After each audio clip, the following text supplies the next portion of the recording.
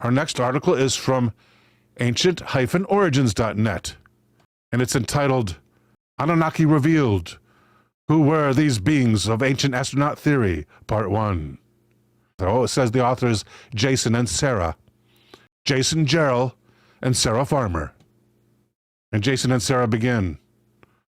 The modern era has witnessed an incredible surge in the popularity of all forms of media concerning the mythology of the ancient Mesopotamians.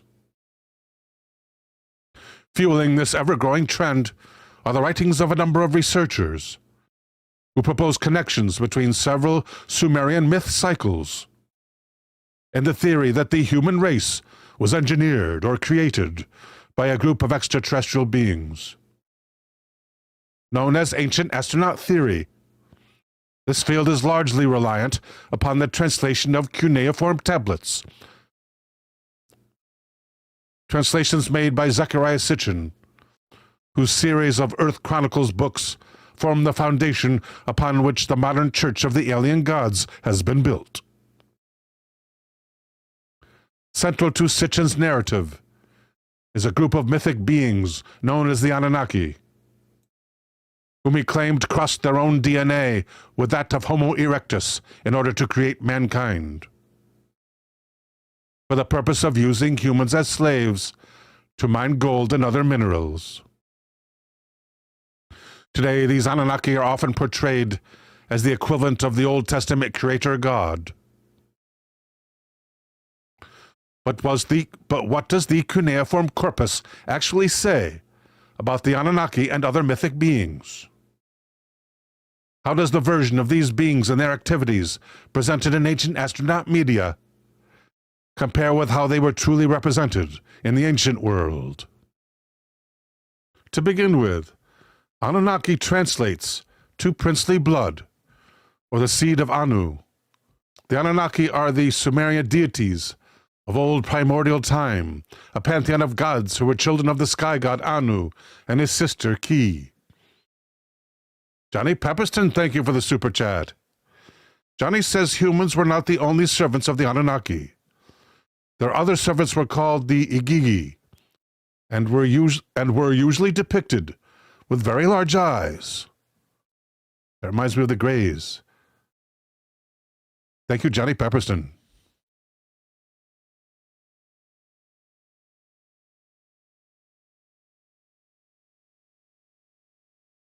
As explained by William Clauser, some authorities question whether Ki was regarded as a deity, since there is no evidence of a cult and the name appears only in a limited number of Sumerian creation texts. Essentially, this would mean that the Anunnaki were born of a union between a sky god and a mortal female, who was later deified in mythic tradition.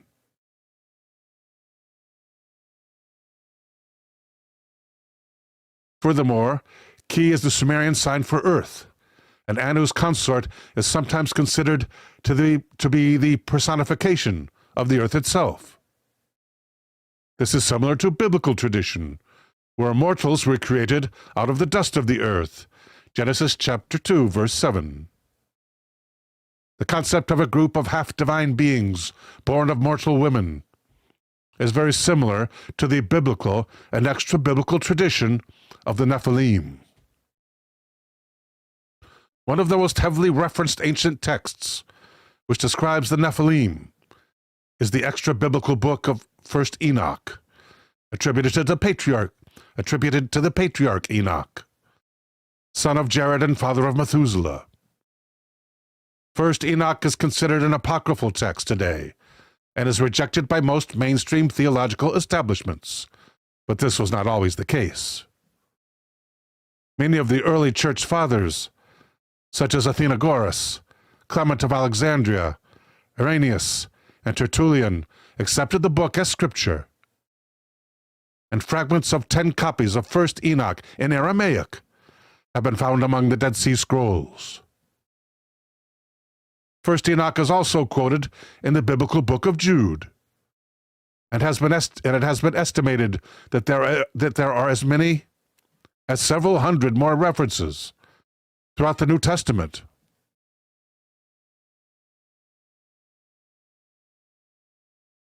The most famous portions of First Enoch feature an elaboration on certain events before the deluge recorded in the Bible. According to First Enoch, a group of 200 fallen angels, known as the Watchers, led by an individual named Semyaza, descended upon Mount Hermon, where they swore an oath to father lineages with human women. Each of these, quote, took unto themselves wives, and each chose for himself one, and they began to go in unto them and to defile themselves with them, end quote, a union which resulted in the birth of great giants. These giants eventually consumed all the acquisitions of men, and when men could no longer sustain them, the giants turned against them and devoured mankind. End quote.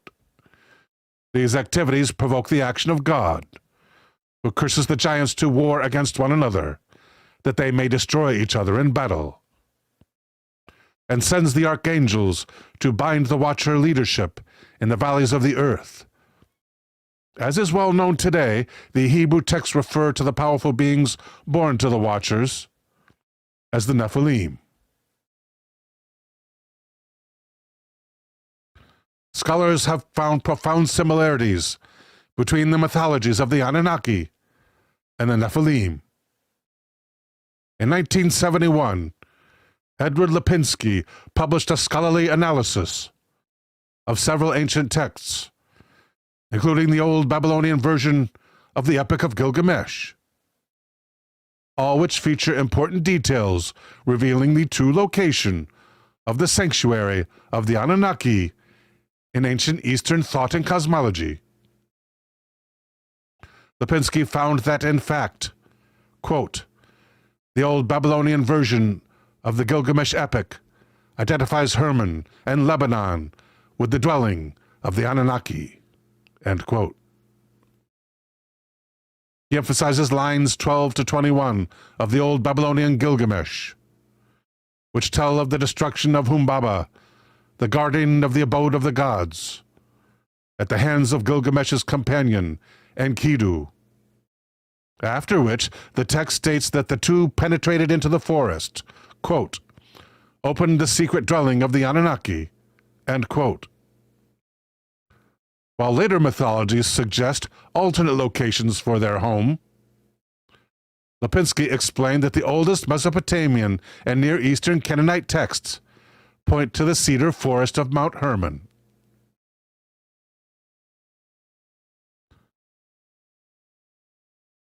Quote, traces of the older tradition can be found in the mention of the mountain which was the abode of the gods, and whose accesses were hidden by the cedar forest, whose guardian was Humbaba.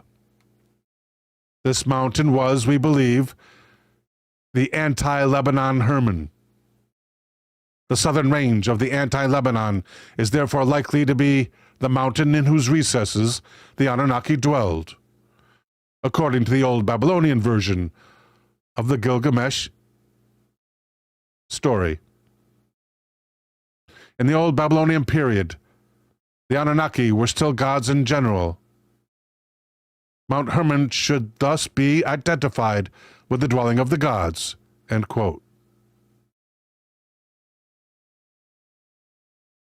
Lipinski also points out the fact that Mount Hermon was considered the guardian of international treaties in the ancient world, and connects this tradition with the oath sworn by the Watchers in First Enoch. Incorporating apocryphal texts such as the Testament of the 12 Patriarchs into his study, Lipinski concludes, Mount Hermon is the cosmic mountain which joins the earth with the lowest heaven. The same conception lies behind the episode of the sons of God in the book of Enoch. These celestial beings gather on the summit of Mount Hermon, because this is the mountain of the gods, the Canaanite Olympus, end quote. Mount Hermon is located at the southern end of the anti-Lebanon mountain range, straddling the borders of Syria and Lebanon. Hermon's highest peak reaches almost 10,000 feet.